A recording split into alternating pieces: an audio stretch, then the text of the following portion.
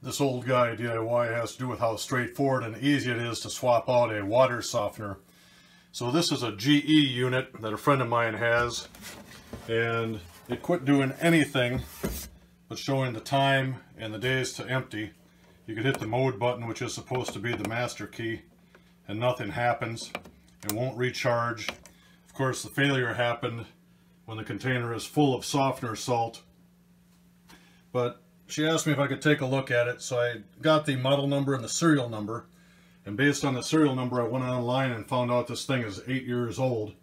And coincidentally, reading through the different literature, it says water softeners are designed to last for 8 years before needing replacement.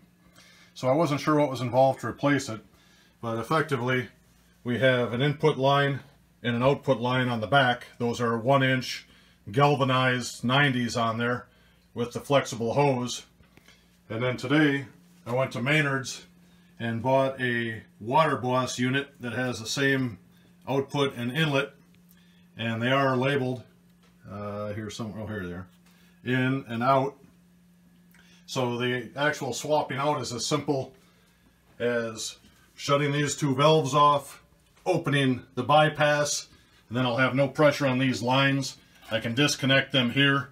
I'll see how nicely they line up with these lines, and if everything is good, I won't use galvanized fittings. I'll just attach it directly, and if not, I'll drop a 90 on there so the wire or the line is coming up from the bottom.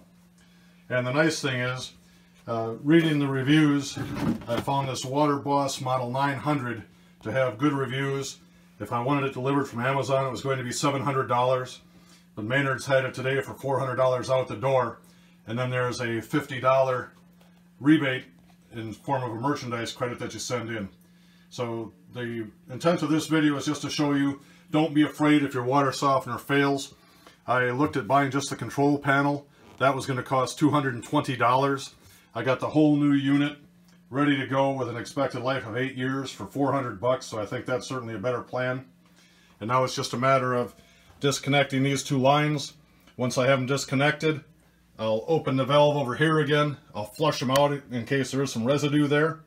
And then I'll wiggle this thing out of place because it's full of salt. I'll put the new one in its place, plug it in, program it, follow the startup procedure, and let her rip.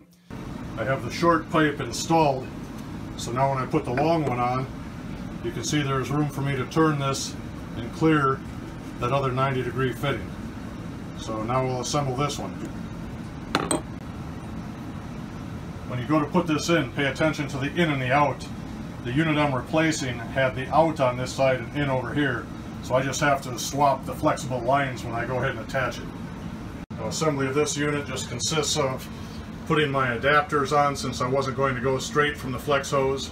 And there's a little drain petcock that goes in the back that's threaded on, put some plumber's tape on it, just put that into the housing.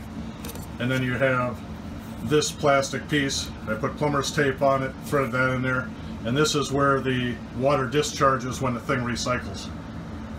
The unit has been in operation now for a week, and there are no leaks. All the connections are good. The lady who lives here says the water is nice and soft and everything is great. So we're going to call this one a success. Thank you for watching.